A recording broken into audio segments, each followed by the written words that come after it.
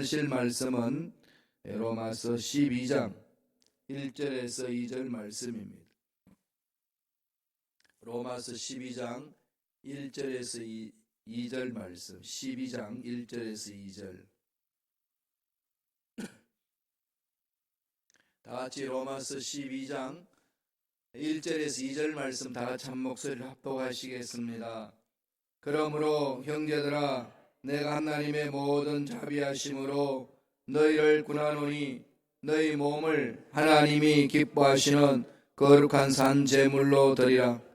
이는 너희가 드릴 영적 예배니라. 너희는 이 세대를 본받지 말고 오직 마음을 새롭게 함으로 변화를 받아 하나님의 선하시고 기뻐하시고 온전하신 뜻이 무엇인지 분별하도록 하라. 아멘. 이 말씀으로 새로운 변화라는 제목으로 연의 말씀을 나누겠습니다. 말씀 나누기 전에 잠깐 광고하면은 들어오실 때 보셨겠지만은 12강조리 출석부 있습니다. 아시죠? 아직 이름 기록하지 않으신 분들 기록하시고요. 다른 교회 섬기시는 분도 괜찮습니다. 기회 주시면은 12강조에 꽉 차면은 저희들이 메달을 선물로 드리겠습니다. 기념 메달 드리면은 이게 나중에 집에 가보가 돼요. 귀한 자녀들에게 전해줄 수 있잖아요. 새벽 연초에 이렇게 12일간 하나님께 간절히 부르짖어서 하나님과 귀한 만남을 가졌다는 그런 역사가 담길 수 있습니다. 그래서 한 번도 빠짐없이 새벽 예배 나오실 때는 체크하시기 바랍니다. 오늘 말씀을 통해서 새로운 변화라는 이 말씀을 사도 바울이 우리에게 말합니다. 세상 사람들은 변화를 많이 하긴 합니다. 특별히 선거 때만 되면은 이 단골표가 나오죠. 내가 변화시키겠습니다 그러잖아요. 바꿔보자는 거죠. 옛날에 제가 어릴 때 초등학교 때 그런 표를 봤습니다. 배고파 못 살겠다. 죽기 전에 살기 찾자. 이게 이제 투표의 표였어요. 나온 공약에. 바꾸자 이거지. 바꾸자. 그런데 바꾸자 했던 사람이 더 부정부패하고 못 바꿔요. 쉽지 않다는 거죠. 바꾸는 것은 쉽지 않습니다. 왜냐하면 그동안 안정적으로 적응하면서 살아왔던 것들을 버려야 되니까.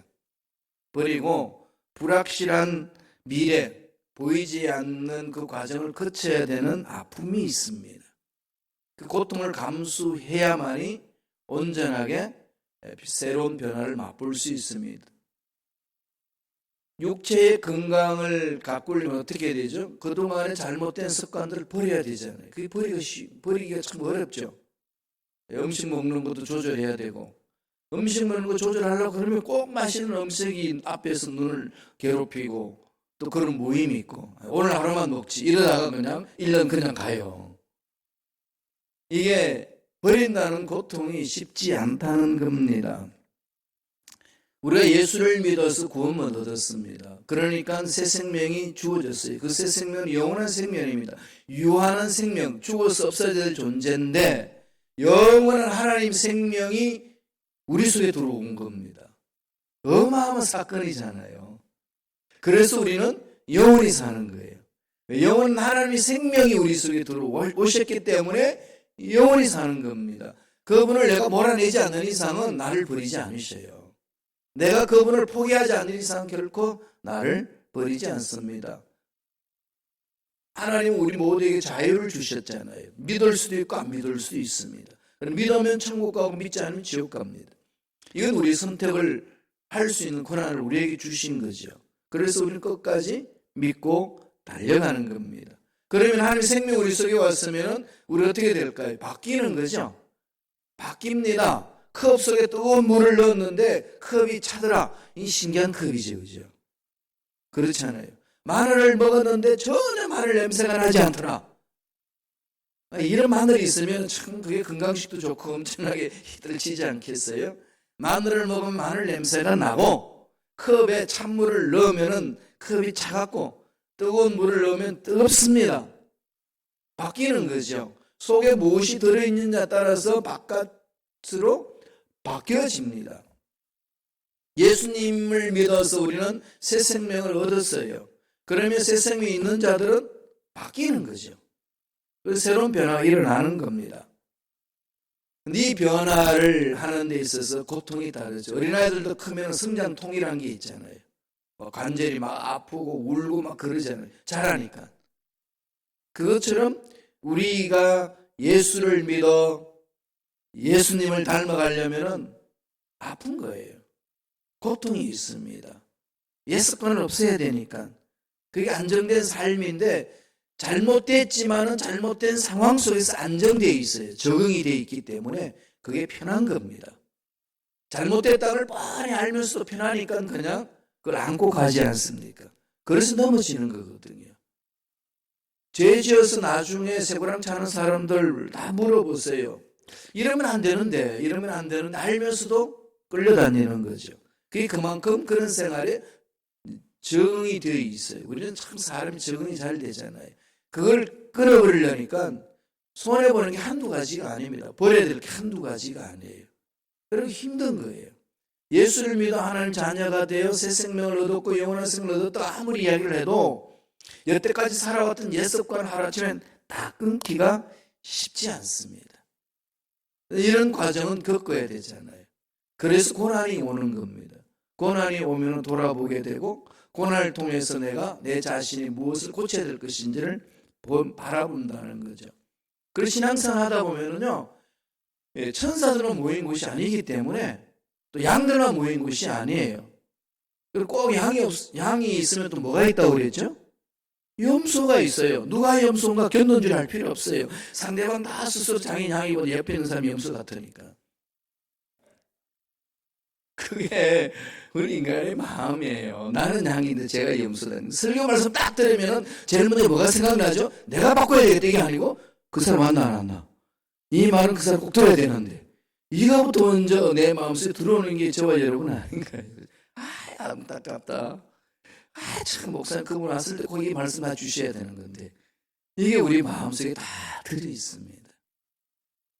그러니까 양으로서 살고 싶은데 염소들이 콕 찔러요. 그것은요 하나님이 우리를 인격을 성장시켜 주시고 양으로 만들기 위한 하나님의 계획이에요. 그래서 천적이라는 게 있잖아요. 먹이사슬 속에. 그러면서 자연세계가 돌아가잖아요. 우리 신앙생활에 있어서도 마찬가지입니다. 내가 성장하려면요 성장하기 위해서 웬만한 고통이 따르게 합니다. 고난이 있게 합니다. 이상하게 생각해서는 안 돼요. 이게 나를 성장시키시려고 그러시는구나. 감당하지 못할 시험 당함을 허락지 아니하십니다. 감당치 못하면 하나님 피할 길을 주시는 분이셔요. 그러니까 지금 우리가 살면서 열심히 신앙생활하고 기도하고 말씀에 서는데 왜 이게 고통이 없어지지 않습니까? 이 말은 무슨 뜻일까요? 하나님이 너를 세우기 위함이다. 세우기 위함이다. 그래서 구역에 보면은 꼭 나를 찌르는 사람이 있고 이 교회 신앙생활하다 봉사하다 보면 꼭 나와 이렇게 마음이 안 맞아서 나를 괴롭히는 사람이 있습니다. 그런데 꼭 기억하세요. 저 사람만 없으면 내가 참 편안하게 신앙생활 할 수 있을 것 같다라고 말하는 순간에 더 강한 사람이 내 옆에 있어요. 이게 원리예요. 하나님이 나를 살리기 위해서 그렇습니다. 변화를 받거든요. 생명에 오면 변화가 있습니다. 오늘 말씀을 통해서 어떻게 변화를 받아야 된다고 말합니다. 두 가지를 이야기하고 있어요. 여러 가지 말씀하고 있는데 두 가지만 보겠습니다. 첫째로 너희 몸을 산 제물로 드리라 그럽니다. 변화를 받으려면 너희 몸을 산 제물로 드리라. 이게 무슨 말일까요? 엄청난 말을 한 거죠. 말씀 한번 읽고 묵상하겠습니다. 로마서 12장 1절의 말씀입니다. 다 같이 천천히 한 목소리 읽겠습니다. 그러므로 형제들아 내가 하나님의 모든 자비하심으로 너희를 권하노니 너희 몸을 하나님이 기뻐하시는 거룩한 산 제물로 드리라. 이는 너희가 드릴 영적 예배니라. 여기에서 말씀에 그러므로라고 되어 있죠. 그러므로. 왜 그러므로 사도 바울이 얘기할까요? 이전에 이야기했던 것들을 다 이야기를 안 하고 결론적으로 말하는 거죠. 그러므로 이렇게 가야 된다. 그러면 로마서 1장에서 11장까지 무슨 내용이 있었을까요? 한마디로 요약하면 우린 죄인인데 예수님의 십자가로 인하여서 죄 씻음 받고 구원받았다. 새 사람이 되었다. 이게 11장까지 내용이에요. 요약하자면 예수님으로 인하여 예수는 구원받아서 천국 가는 백성이 되었고 하나님 은혜 안에서 새로운 피조물이 되었다. 그러므로 너희는 형제들아 하나님의 모든 자비하심으로 앞으로 행할 모든 일은 하나님의 자비가 근거가 된다는 거죠. 하나님의 사랑의 힘으로 이제 일을 할 것이다. 뭘 하라는 거죠? 첫째로 너희 몸을 산 제물로 드리라. 산 제물이 되라. 이게 뭘까요? 구약시대 때의 제물은 완전히 죽여서 제물을 드리잖아요. 반 죽여서 드리면은 제사 드리는 동안에 살아가서 튀어나오면 안 되니까 완전히 죽입니다. 각을 뜹니다. 그러니까 죽여서 죽은 제물로 돼야 되는데 산 제물이 되라는 겁니다. 산 제사, 산 제물, a living sacrifice라고 그러거든요. 살아있는 제물을 드리라. 무슨 예물일까요? 삶이 예배가 되어야 된다. 우리가 새로운 변화에 있어서 가장 중요한 것은 하나님 만나는 거잖아요. 하나님 만나는 길이 뭘까요? 예배예요. 예배입니다. 예배 속에 다 있거든요. 찬양이 있고 기도가 있고 말씀이 있고 그다음 축도가 있습니다. 이 모든 것 속에서 하나님이 임재하심으로 만나 주시거든요. 하나님 만나면 생각이 바뀌잖아요. 만나면 안 된다는 생각이 된다는 생각으로 바뀌고 할 수 없다는 생각이 할 수 있다는 생각으로 바뀌어지잖아요. 하나님이 힘으로 하시는 거거든요. 하나님이 힘이 없이는 못합니다. 하나님 만나는 것이 예배인데 그 예배가 살아있어야 되는 거죠. 그래서 이 예배는 두 가지로 예배를 말합니다. 지금처럼 모여서 드리는 예배, 너무 잘 아시죠? 모여서 드리는 예배. 어떻게 예배를 드리죠? 성령 안에서 하나님의 말씀으로 예배를 드리는 거잖아요. 그래서 은혜를 받지요. 이게 하나의 우리 모여서 드리는 공동체 예배입니다. 또 하나의 다른 예배가 있어요. 그게 무슨 예배일까요? 축도받고 교회 문 밖을 나가는 순간부터 새로운 예배가 시작되는 겁니다. 그 예배가 삶의 예배예요. 삶의 예배. 직장에도 생활할 때 예배가 되게 해야 되고 사업할 때도 예배가 되게 해야 되고 운동할 때도 예배되게 해야 되는 거고 사람들과의 만남 속에도 예배가 되게 해야 된다는 겁니다. 일하는 것 자체가 예배가 되게 된다는 거죠. 예배는 전적으로 성령을 신뢰하면서 드리는 거잖아요. 그러니까 매 순간 성령을 따라 움직이는 겁니다. 핸들을 잡는 순간에 성령이여 이 핸들을 잡아 주옵소서. 삶을 살아나갈 때 매 순간 성령께서 깨우쳐 주시고 이끌어 주시고 인도해 달라고 예배를 드리는 겁니다. 높이는 거죠. 그분의 음성을 듣고 그분을 따라 순종해 나가는 겁니다. 아무리 우리가 운전을 잘해도 갑자기 술 먹은 사람이나 좋은 사람들이 와서 박아버리면 속수무책이잖아요. 그럼에도 불구하고 하나님이 보살피시면 그 모든 것에서 보호를 받을 수 있다는 거죠. 매 순간 그런 기도가 필요합니다. 그러면서 오늘 말씀에서 뭐라고 그러죠? 몸을 드리라. 몸이 뭘까요? 몸. 육체를 말할까요? 그러면 육체를 드리라고 그랬지 왜 몸을 드리라고 그랬을까요? 사도 바울이 쓰는 용어 중에 몸 개념을요 잘 아셔야 돼요. 히브리 헬라 말로는 소마 그럽니다. 소마. 이 소마를 번역을 바디라고 번역을 했어요. 그래서 우리나라 말로는 몸이라고 번역됐는데 이 소마라는 말은요 창세기 2장 7절에 있는 말씀하고 연결됩니다. 하나님이 사람을 창조하실 때 흙으로 사람을 빚으사 그 코에 생기를 불어넣으니 그는 곧 생명이 된지라 그럽니다. 생기라는 사람이 숨을 말하고 생명을 말하잖아요. 흙에다가 하나님의 영을 불어넣었더니 생명 됐다. 생명이라는 말은 살아있는 생명체, a living soul, a living being 그렇게 얘기합니다. 살아있는 생명체. 그걸 히브리 말로 네페시 그래요. 네페시. 이 네페시가 바울이 쓰신 때는 소마로 얘기합니다. 헬라어로 소마. 이게 무슨 얘기일까요? 온전한 인간을 말합니다.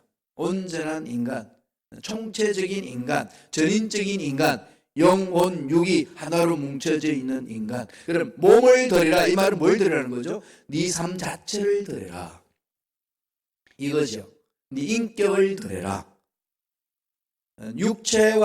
육과 몸을 사도 바울은 구분해서 씁니다. 인격이 하늘 앞에 드려져야 된다는 거죠.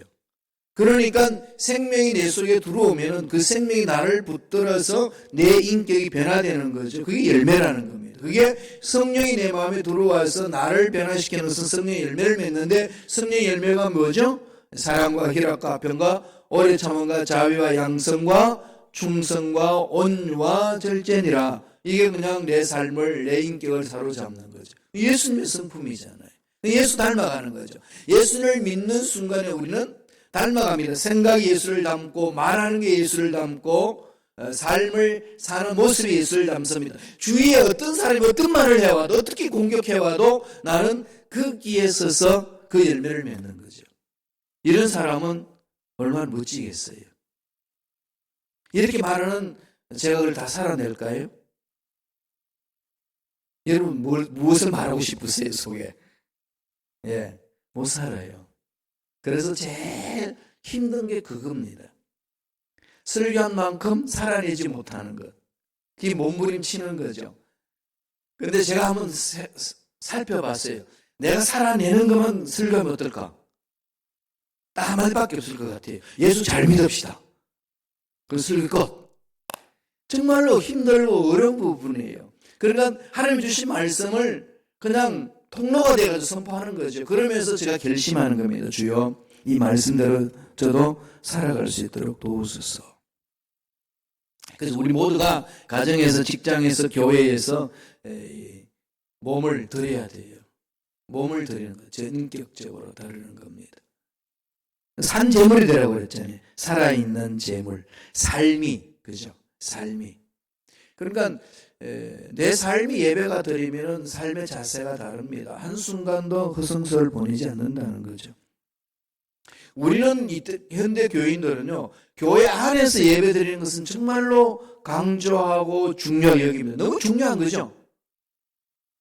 그런데 더 중요한 건요, 교회 밖에서 예배 드리는 겁니다. 다시 말씀드리면 내 삶이 예배되어야 되는 거죠. 이 새로운 변화를 일으키라는 겁니다. 그러면은 교회 밖에서 예배드리는 모습 보면은 사람이 끌려요. 그죠?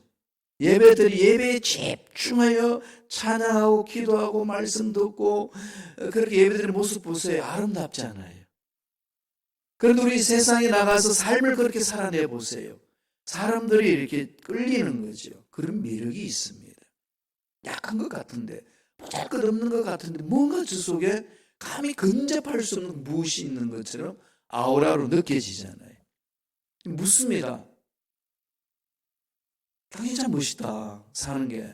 어떻게 하면 나도 그렇게 살 수 있을까? 물어보잖아요. 그걸 어떻게 하죠? 딱 한마디 하면 됩니다. 예수 믿어봐. 이게 삶으로 전도하는 자세 아니겠습니까? 예수님은 어디서나 계시는 거예요. 옛날에 이스라엘 백성들은 예루살렘에서만 예배드린다고 생각했어요.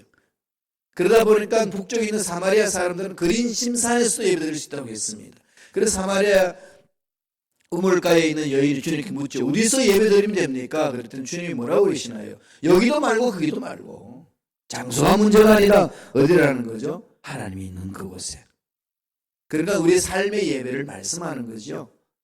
하나님은 언제 어디나 계시지 않습니까? 무소부자신 분이잖아요. 그러니까 있는 곳에서 예배 드리는 거죠. 이런 말을 하면 교회 오지 않아도 되네요. 이렇게 생각을 해요. 분명히 이야기했죠. 예배는 두 가지라고. 모여서 드리는 예배, 흩어지는 예배. 그러니까 반쪽만 하면 안 됩니다. 오늘 그리스도인들이 반쪽, 무교회주의자들은요, 반쪽 예배 드려요. 인터넷을 예배 드리려고 그럽니다. 아니에요. 모여야 돼요. 공동체로 예배 잘 드리면 돼. 삶은 그냥 내 삶이야. 이것도 안 됩니다. 두 가지가 다 균형을 이루어야 된다는 거죠. 예수님이 사마리아 여인에게 이렇게 말씀하셨어요. 요한복음 4장 23절에 있습니다. 한번 다 같이 읽어볼까요? 아버지께 참되게 예배하는 자들은 영과 진리로 예배할 때가 오나니 곧 이때라. 아버지께서는 자기에게 이렇게 예배하는 자들을 찾으시느라. 이렇게 예배하는 자들 어디죠? 모여서 예배 전심으로 드리는 자, 흩어져서 삶으로 예배 드리는 자, 반쪽짜리 예배가 아니라 온전하게 예배 드리는 자를 지금도 찾고 계신다. 하나님을 기쁘시게 하는 예배라는 거죠. 그럼 문 밖으로 나가는 순간, 교회 문 밖으로 나가는 순간부터 예배 끝났다가 아니라 뭐죠? 새로운 예배가 시작되는 겁니다. 그걸 잊어서는 안 되는 거죠. 4장 24절 보세요. 4장 24절 다 같이 읽겠습니다. 하나님은 영이시니 예배하는 자가 영과 진리로 예배할지니라. 영과 진리로. 성령을 말하는 거죠. 늘 성령을 사모하세요. 늘 성령을 따라 행하도록 몸부림치세요. 진리는 뭡니까? 예수님이잖아요. 예수님을 믿는 거죠. 예수로 인하여 행복합니다. 예수로 인하여 만족합니다. 이런 거죠. 신앙생활 하다 보면은 뜻대로 안 되는 일 한두 가지가 아니지 않습니까? 참 이렇게 모여서 함께 열심히 했으면 좋겠는데 이게 마음들이 서로 나눠지잖아요. 답답하죠, 그런 부분들. 이 모든 걸 이길 수 있는 힘은 예수님. 예수님 말씀을 붙드는 거죠. 안 그러면은 너무 고통스럽게 힘들어서 이겨내기가 어렵습니다. 하박국처럼 내가 원하는 것이 없단다 할지라도 나는 야훼로 인하여 즐거워하리라. 예, 우리 인생은 그거 아니겠어요? 예수님 한 분이면 만족합니다. 이런 어떤 당당함과 이런 용기와 이런 배짱이 예수 믿는 저와 여러분에게 넘쳐나야 합니다. 이건 구원의 확신에서 오는 것이고 그 생명이 있는 자만이 고백할 수 있는 거죠. 하나님이 이사야를 통해서 이런 말씀을 주셨어요. 이사야 66장 1절입니다. 한번 읽어보실래요? 다 같이 읽을까요? 66장 1절 제가 읽어드릴게요. 야훼께서 이같이 말씀하시되 하늘은 나의 보좌요 땅은 나의 발등상이니 너희가 나를 위하여 무슨 집을 지을고 나의 안식할 처소가 어디랴? 하나님 창조하시는 건데 다 언제 어디서나 계시는 건데 여기만 계시는 거 아니에요. 또 집에만 계시는 거 아니에요. 언제 어디서나 다 계시는 거잖아요. 그러니까 모여서 예배드리면 하늘을 높이고 흩어져서 예배드리는 것, 이것을 온전하게 예배를 드리라 그렇게 말씀합니다. 그런 변화를 가지라는 거죠. 두 번째 이제 새로운 변화를 어디에 포커스를 두죠? 하나님의 뜻을 분별하라는 거죠. 내 뜻 아닙니다. 하나님, 사람을 기쁘게 하라, 하나님을 기쁘게 하라. 하나님을 기쁘게 하는데 목숨을 걸어야 됩니다. 2절을 볼까요? 로마서 12장 2절 다 같이 한 목소리 읽습니다. 너희는 이 세대를 본받지 말고 오직 마음을 새롭게 함으로 변화를 받아 하나님의 선하시고 기뻐하시고 온전하신 뜻이 무엇인지 분별하도록 하라. 온전한 뜻, 하나님의 온전한 뜻, 이게 중요하잖아요. 하나님 뜻을 저버린 것 하나님 나라에 합당하지 않습니다. 기도는 하나님 뜻 안에서 기도할 때만 기도 응답이 됩니다. 그런데 우리는 그 뜻을 잘 모르잖아요. 어떻게 해야 되죠? 성령이 우리를 위해 기도해 주는 겁니다. 그래서 우리는 성령을 사모하셔야 돼요. 하나님의 기쁨까지 끝까지도 통달하신 분이고 우리가 연약하여서 기도할 바를 알지 못하지만 성령은 인도해 주시고 가르쳐 주신다고 성경에 말씀합니다. 하나님의 뜻은 어디에 있나요? 하나님 말씀 안에 있습니다. 그런 뜻을 알기 위해서는 저와 여러분 어떻게 해야 되나요? 말씀을 읽어야 되고 묵상해야 되고 암송해야 되고 말씀을 기록하는 겁니다. 그러면서 말씀 속에 있는 하나님 뜻을 찾아가는 거죠. 자꾸 읽어보세요. 읽고 또 묵상하면요, 그 말씀이 막 살아 움직이는 것을 체험하실 거예요. 막 살아 움직여요. 정말 말씀이요, 막 생동감이 있어요. 에너지가 있습니다. 그렇게 힘들고 낙심됐는데 그 말씀이 마음을 차고 들어오면요, 꿈틀거리는 거죠. 절망인 줄 아는데 절망이 아니라는 겁니다. 그러면 어떻게 할 수 있죠? 이 세대를 본받지 않을 수 있습니다. 모든 사람들이, 예수 믿는 저와 여러분들이 이 세대를 본받지 않고 하나님의 말씀대로 살고 싶잖아요. 그런 사람들이 새벽 예배 놓고 예배 노는 것 아니겠어요? 뭐 확실히 신앙이 깊진 않지만 그래도 이런 타락한 세상보다는 하나님의 말씀이 있는 삶을 내가 살아보이라 이렇게 했지만 살기가 녹록지가 않으시죠. 안 되잖아요. 자, 2020년 시작돼서 오늘이 며칠이죠? 1월 8일이죠. 8일 동안 지내오면서 1월 1일 날 송구영신 예배 드리고 신년 예배 드리면서 결심했던 게 얼마나 이루어지고 계시나요? 막 넘어지죠, 그죠? 연약한 우리 인간의 모습입니다. 이 세대를 본받지 말라. 몰라요, 안 받고 싶지. 그런데 안 받을 수 있는 힘이 없다는 거죠. 힘이 없어서 못하는 거 아니겠어요? 그 힘이 어디 있나요? 아니, 말씀의 능력에 있습니다. 이 세대는요, 마태복음 16장 4절을 보면 악하고 엄나는 세대라고 그랬습니다. 사도행전 2장 40절에 보면 패역한 세대라고 했습니다. 빌립보서 2장 15절에 보면 어그러지고 거스리는 세대라 그랬습니다. 하나님의 뜻을 거부한다는 거죠. 그게 우리가 살고 있는 이 세상입니다. 그런 이 세상을 가지고요, 이렇다 저렇다 이야기할 필요 없어요. 이미 그것은 분석이 다 끝난 거예요.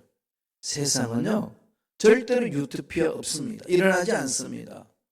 천국처럼 이 땅에는 일어나지 않습니다. 왜냐하면 죄인인 인간들이 만들기 때문에 아무리 완벽하게 만들어도 흠이 있고 균열이 생깁니다. 어느 순간에 잘 된다고 했는데 그게 뒤틀어집니다. 이게 우리 사는 세상이에요. 그러니까 이런 세상에서 불완전한 인간들이 예수를 믿어 하나님 자녀가 되어서 모여있는 공동체지만 그 속에는 불안한 구원받은 죄인들이 있기 때문에 이게 문제가 많아요. 이 교회에 문제 있으니까 저 교회 가면 문제 없겠지. 가면 또 그 교회에 문제 있어요. 이 지구촌에 있는 지상교회는 문제 없는 교회가 없습니다. 그건 무슨 교회가 좋은 교회냐? 문제 없는 교회가 좋은 교회가 아니고 무슨 교회가 좋은 교회일까요? 문제를 지혜롭게 잘 극복하는 교회. 그게 좋은 거예요. 하나님이 지혜를 주시고 능력을 주시고 뜻을 따라서 가는 거거든요. 세상이 뭐냐? 종합해 보면은 악하고 엄란한 세대고 패역한 세대고 어그러지고 거스르는 세대라는 겁니다. 그래서 우리 이 세상을 따라가서는 안 된다는 거죠. 압니다. 그렇게 할 수 없는 힘은 힘이 없어서 못 한다는 거죠. 힘을 받아야 됩니다. 어떻게 할 수 있을까요? 에스겔에서 잘 설명해 줍니다. 계속 신약 성경에도 말씀합니다만 그 이전에 예언한 게 있어요. 에스겔 36장 26절에 보면은 이렇게 말씀합니다. 다 같이 한번 읽어볼까요? 또 새 영을 너희 속에 두고 새 마음을 너희에게 주되 너희 육신에서 굳은 마음을 제거하고 부드러운 마음을 줄 것이며 뭘 준다는 거죠? 새 영을 주며 성령으로 우리를 사로잡으면 마음이 부드러워져요. 예수 믿어서 신앙이 성숙할수록 마음이 딱딱하지 않습니다. 마음이 부드러워요. 토기장들이 이 그릇을 만들 때 흙을 주무르는 거 보셨나요? 정말 부드럽게 만들잖아요. 정말로 부드러워요. 이렇게 손가락 하나 건드려도 흔들리는 그렇게 보들보들한 흙을 만들어 놓고 그릇을 빚어나가죠. 하나님의 은혜는 그렇게 임합니다. 하나님의 능력이, 은혜가, 사랑이, 뜻이 임할 때는 마음이 부드러워져요. 그러니까 도끼들이 빠지는 거죠. 독이 빠집니다. 부드러워져요. 그러면 누구하고 대화할 수 있습니다. 그래서 원수를 내 몸같이 사랑할 수가 있고 선으로 악을 이길 수 있는 힘을 가지고 있는 거죠. 그런 능력이 있습니다. 그래서 우리는 늘 하나님 온전하시고 기뻐하신 뜻을 찾아서 가야 되는 거죠. 그래야 생각이 새로워지고 말이 새로워지고 삶이 새로워집니다. 하나님이 주시는 말씀이에요. 그래서 하나님 뜻을 알려면 말씀에 쓰셔야 돼요. 주님은 요한복음 7장 17절에서 이렇게 말합니다. 한번 읽어보실까요? 요한복음 7장 17절입니다. 사람이 하나님의 뜻을 행하려 하면 이 교훈이 하나님께로부터 왔는지 내가 스스로 말함인지 알리라. 중요한 거죠. 하나님으로부터 온 건지 내 스스로 말하는 건지 그걸 구분하려면 근거가 뭐죠? 기준이? 약속의 말씀이에요. 이 말씀 안에 기록되어 있다는 거죠. 그래서 이것을 자꾸 묵상하고 이 속에 파묻혀야 됩니다. 우리 주의 종들도 그러잖아요. 하나님이 주신 말씀을 선포하는 거지 내 속에 있는 내 사상을 선포하는 건 아닙니다. 그래서 그것을 구분하셔야 돼요. 저 목사님이 자유로 말하는 건지 하나님의 말씀을 받아서 말하는 건지 분별력을 가지셔야 돼요. 그래야 올바르게 신앙생활을 할 수 있고 하나님의 뜻을 이룰 수 있습니다. 한번 돌아보시죠. 이때까지 오면서 나는 얼마나 나의 몸과 마음을 하나님께 드리면서 변화된 삶을 살았는지, 하나님의 마음에 내 마음을 맞춘 적이 얼마나 많은지, 그저 눈앞에 보이는 문제 급급해서 문제 해결하려고 그저 먹고 살기에 바빠서 움직였는지, 이건 다 이유가 될 것 같지요. 그런데 우리가 먹을 것, 입을 것, 필요한 것 하나님이 다 알고 계십니다. 그러려면 뭐죠? 먼저 일하러 가기 전에 왜 어떻게 하죠? 여러분들처럼 저처럼 이렇게 새벽 예배에 나와서 말씀 받는 게 우선이죠. 예, 하나님 말씀을 받고 하나님 은혜 안에서 생각을 변화시키고 마음을 변화시키고 쓰는 겁니다. 언제 어디서나 예수님이 계신다는 사실을 확신하고 날마다 모여서 예배드리는, 그래서 몸으로 하나님께 예배드리는, 하나님께 드리는 자 되시고, 그리고 예배가 끝나고 나서 흩어져서 예배를 드리고 그 모든 삶 속에 하나님의 뜻이 드러날 수 있도록 늘 그렇게 생각을 변화시켜 가야 된다고 오늘 사도 바울은 말합니다. 새로운 삶, 우리 12강주의 주제는 새로운 삶입니다. 새로운 삶을 위해서 하나님이 근거를 제시해 주셨어요. 결론 내리자면 예배를 잘 드려야 됩니다. 말씀 위에 서셔야 됩니다. 그리고 하나님의 뜻을 찾아야 합니다. 그런 삶이 되시길 간절히 축원합니다. 기도하겠습니다. 하나님 아버지 감사합니다. 오늘도 우리에게 한 생명 주시고 은혜 주셔서 말씀에 설 수 있도록 축복해 주시니 감사합니다. 하나님이 기뻐하시는 예배를 드리는 자 되기를 원합니다. 말씀 위에 서서 성령의 인도를 받고 예배드리게 하여 주시고 이제 예배 다 드리고 바깥에 나가서 교회 바깥에서도 삶으로 예배드리는 데 성공하는 일꾼들에게 축복하여 주옵소서. 매 순간 하나님의 뜻을 향하여서 뜻을 찾으며 뜻을 드러내는 우리의 삶이 될 수 있도록 성령님 함께하여 주옵소서. 예수 이름으로 매하노니 하나님 말씀대로 하나님 뜻대로 살지 못하도록 우리의 영혼을 어둡게 하고 영의 길을 막아버리는 모든 어감의 세력들은 떠나갈지어다. 앞날에 장애물들은 제거되는 역사가 일어날지어다. 주여 믿습니다. 역사하여 주옵소서. 은혜 감사하여 여러가지 예물로 하나님 앞에 드립니다. 소원이 있습니다. 기도 제목이 있습니다. 주여 붙들어 주셔서 문제 해결받는 은혜가 있게 하여 주옵시며 예가시 놀란 복이 넘쳐날 수 있도록 축복하여 주시옵소서. 감사하고 예수님의 이름으로 축복하며 기도드리옵나이다. 아멘. 하늘에 계신 우리 아버지여, 이름이 거룩히 여김을 받으시오며